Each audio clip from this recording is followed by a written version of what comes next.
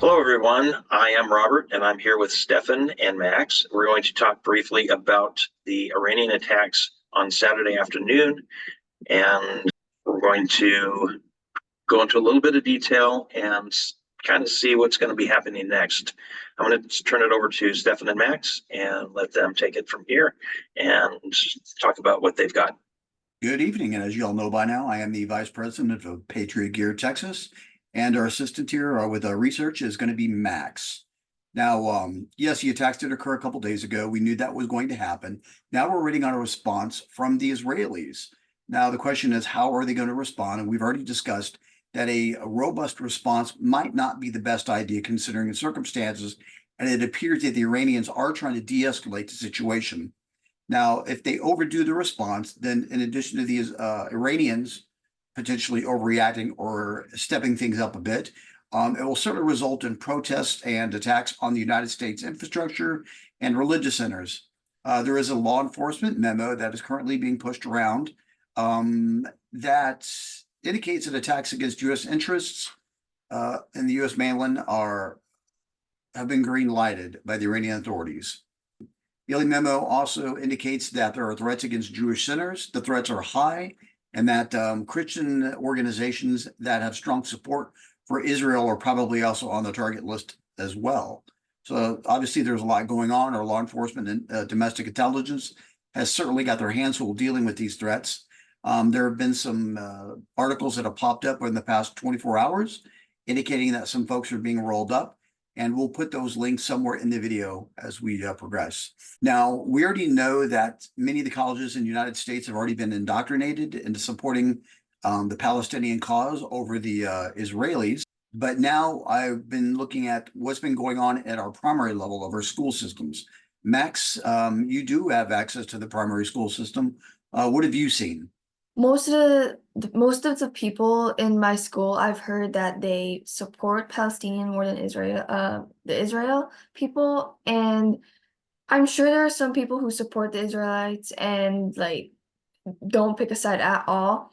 But most people support the Palestinians, and they don't give an explanation why they support them. They just support them. Do you think that this is an honest decision made on their part, or are we looking at the fact that your generation tends to be in a sort of an information bubble whenever they access social media? They're probably influenced by social media and like seeing like people supporting one side and like, oh, this is very cool. I'll support this side too. They're being influenced. They don't really see the truth. They don't really see what's actually going on.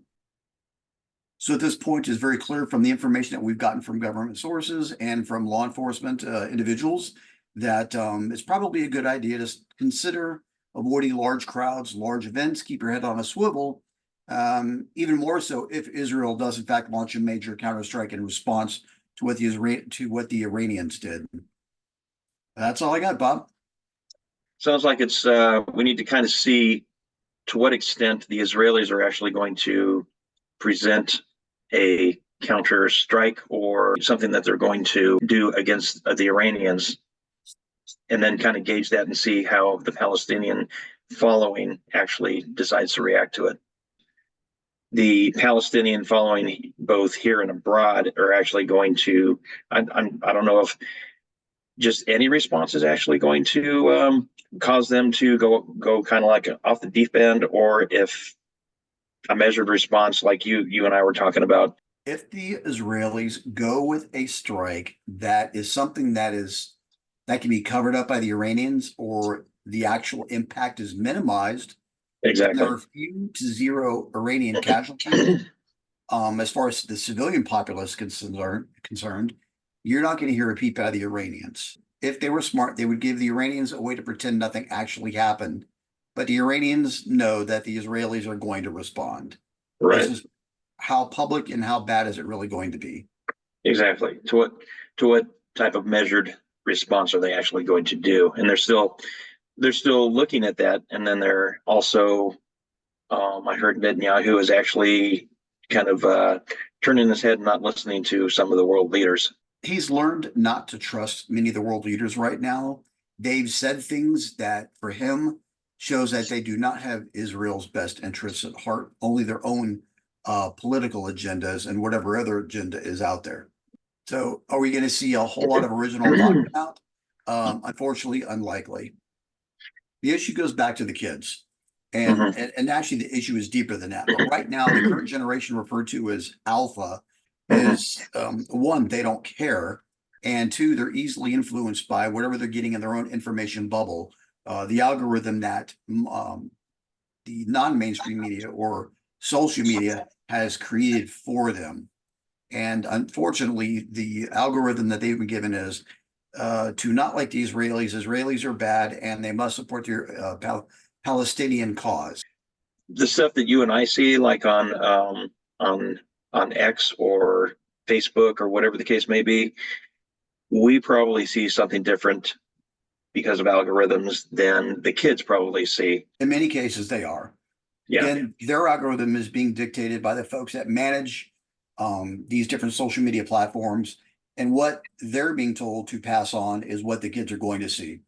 I mean, I think we've created a generation of people who don't actually think for themselves and actually go out and they trust stuff in their own little bubble, like you said, but they don't actually go out and corroborate and actually research on their own to try to find out whether the information is actually correct.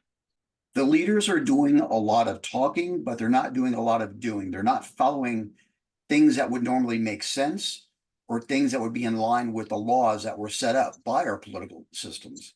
Mhm. And so these kids are looking at the leadership or lack of leadership by our politicians, by our governments, and by any other face.